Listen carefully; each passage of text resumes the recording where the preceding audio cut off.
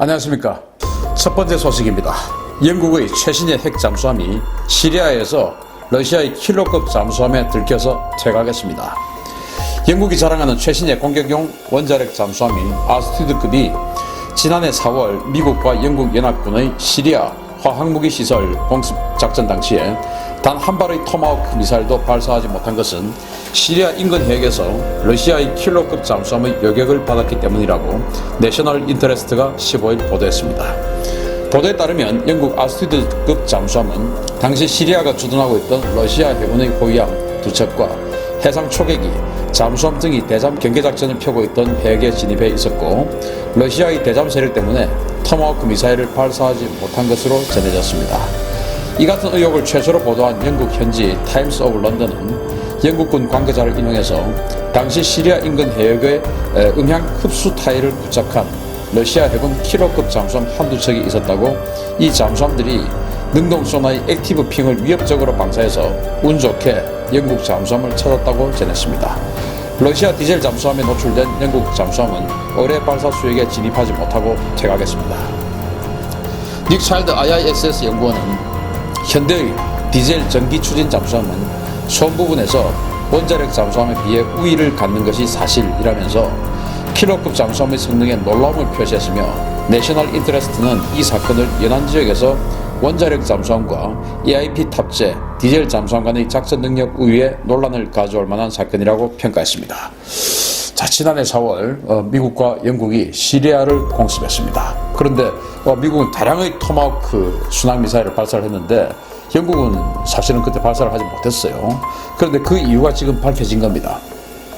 공식적으로 확인된 건 아니고 영국 군은 끝까지 지금 부인을 하고 있습니다만은, 지금 여러 가지 경로를 통해서 나오는 정황을 보면 당시에 영국 군의 최신의 핵 잠수함이죠. 이 아스투드급 잠수함이 시리아를 공격할 수 있는 구역으로 진입을 했는데 거기에 러시아제 킬러급 잠수함이 거기에 매복을 해 있었던 겁니다. 그 킬러급 잠수함에 이 아스투드급 잠수함이 들킨 겁니다. 들켜서 만약에 토마호크 미사일 발사를 하면 의뢰를 맞을 수 있는, 역습을 당할 수 있는 이런 상황이 됐기 때문에 아스투드급이 퇴각을 한 그런 상황이라고 하는데, 자, 이런 것을 볼 때 러시아의 킬러급 잠수함이 지금 중국에도 있습니다. 중국에도 있고 또 베트남도 이 6척을 샀어요.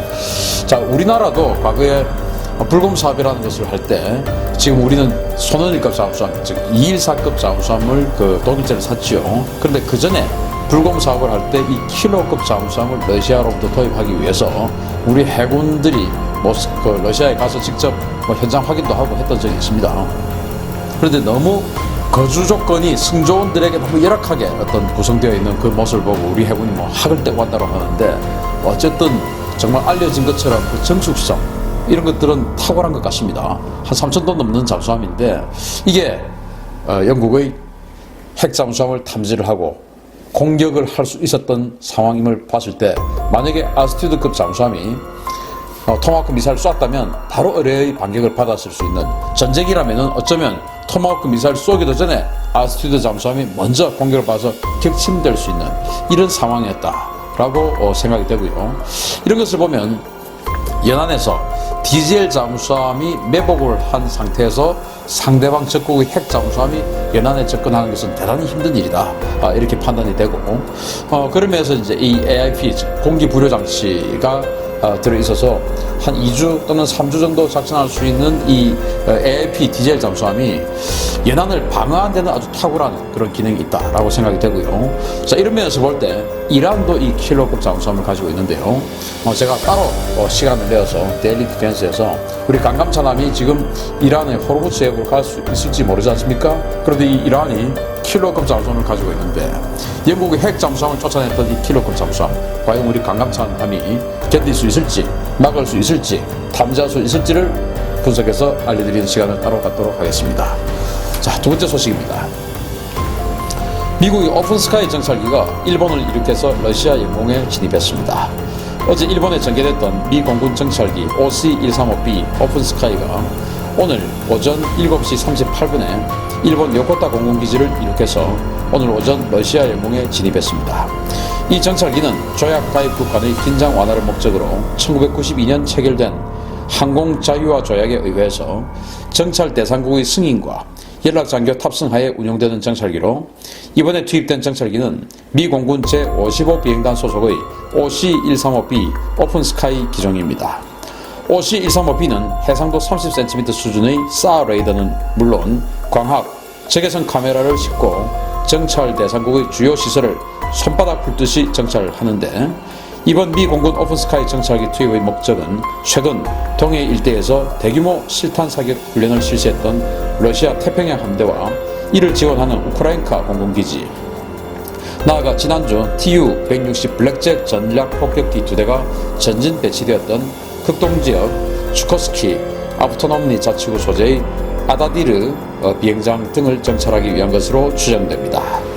자, 지금 오픈스카이 조약이라고 해서 여러 나라가 가입되어 있는데, 미국과 러시아도 서로 상호간에 지정된 정찰기로, 또 러시아 같으면은 미군 장교가 탑승하고, 미군 정찰기 같으면 러시아 장교가 탑승을 해서 서로 지정된 구역을 딱 비행을 해서 정찰할 수 있는. 자, 이번에는 난 여기 가겠다, 이번에는 난 여기 가겠다 해서, 지난번에 제가 데일리 디펜스를 통해서 러시아 정찰기들이 미국의 비밀 시설인 51구역을 정찰했다라는 말씀을 드렸었지 않습니까?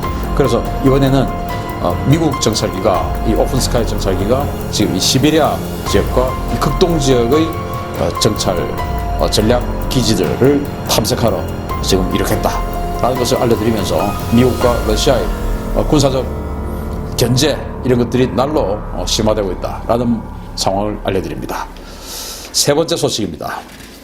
러시아가 초고속 여객기 미그 41을 곧 공개합니다. 야, 이 사진 한번 보십시오. 대단하지 않습니까? 현재 지구상에서 가장 빠른 여객기인 미그 31을 운용하고 있는 러시아가 팍DP로 명명된 프로젝트를 통해서 개발한 차세대 여객기 미그 41 개발을 올해 안에 완료하고 곧 기체를 공개할 예정이라고 미그사의 일리아 타라센코 최고 경영자가 15일 밝혔습니다. 타라센코 CEO는 15일 로이터와 가진 인터뷰에서 미그 41은 우주권까지 날아갈 수 있을 것이라고 하면서, 이 전투기는 새로운 스텔스 기술을 적용하고 대량의 무기를 탑재할 수 있을 뿐만 아니라 매우 큰 작전 반경을 가지고 있다라고 강조했습니다.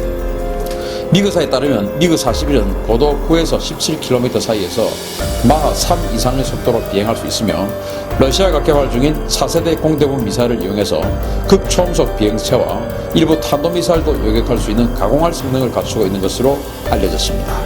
또한 첨단 자율 비행 장치를 이용해서 마치 무인 전투기처럼 원격으로 조종할 수 있는 기능도 갖춘 것으로 알려졌습니다. 러시아는 올해 말까지 미그 41 개발 프로젝트를 마치고 2020년대 중반기부터 본격적인 실전 배치에 나선다는 계획입니다. 자, 여기 사진 한번 보십시오. 정말 괴기스럽게 생겼지 않습니까? 이 에어 인테이크, 즉 공기 흡입구가 미그 21처럼 따로 이렇게 나와 있고, 테두리를 지금 공기 흡입구로 이렇게 하고 있는 그런 미그 특유의 아이덴티티를 가지고 있는 그 상상도인데, 이게 사실은 상상도에 불과해요. 실제 이렇게 나올지 아니면 다른 방식으로 나올지 아무도 알 수 없습니다.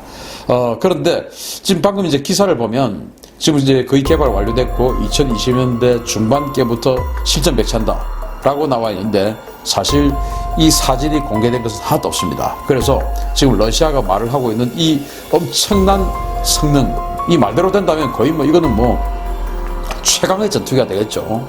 현대는 지금 극초음속 활공 비행체들이 주류를 이루는데, 이런 것들을 요격할 수 있는 능력, 그리고 탄도미사일까지 요격할 수 있는 능력, 이런 정도의 능력을 가지고 있는 전투 요격기가 탄생을 한다면 이건 정말 대단한데, 과연 말처럼 이런 전투기가 나올지 참 귀추가 주목이 되고요. 어쨌든 상상도 하나는 참 기가 막힙니다.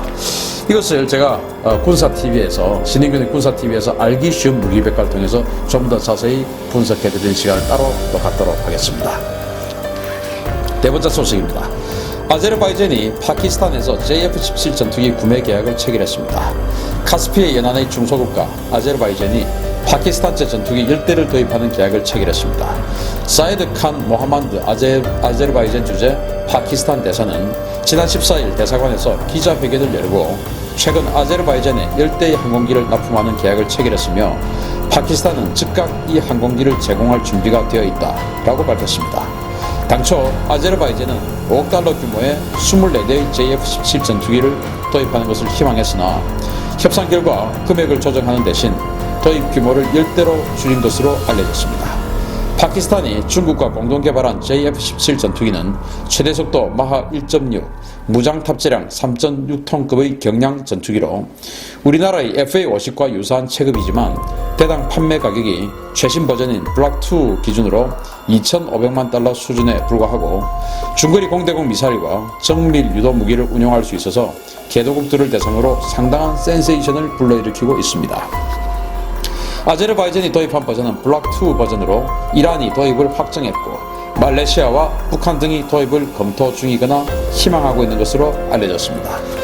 자, JF-17 전투기 파키스탄, 중국이 공동 개발을 했는데 이게 뭐 워낙 중거리 공대공, 우리 한국 공군으로 치면 암람 미사일이죠.